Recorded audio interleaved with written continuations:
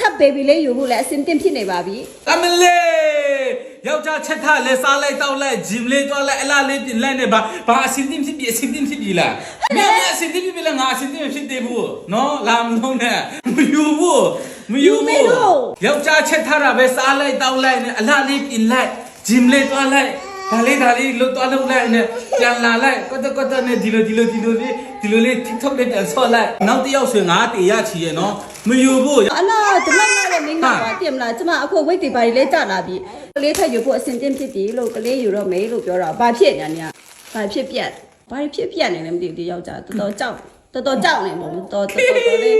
တောက်သေးပန်းပုံ မင်းမာပြုစုယူရတဲ့ဟာကြီးကိုခံယူပြီးမှကလေးမွေးလိုက်မင်းဟိုအကုန်လုံးအစအစုံမင်းသမင်းတောင်မှဝါပြီးုံတမေပဲအကုန်လုံးပြီးတဲ့ဥစ္စာမင်းအဲ့ဒါကြီးကိုစဲပြီးမှမင်းအဲ့ဒါကြီးကိုရင်းနေပါတယ်ကန်တဲ့ပုံစံဖြစ်နေတယ်သူများမွေးကြီးဆေးဆွဲတာမင်းကကလေးမွေးတာကိုဆွဲနေတယ်ကလေးမွေးရင်းကန်နေတဲ့တရားမွေးဘူးတယောက်မွေးအောင်လေယောက်ျားလေးတယောက်လောက်တော့ထပ်ယူအောင်မယ်လို့နော် ယူဘူး နော်တော့ ယူဘူးလို့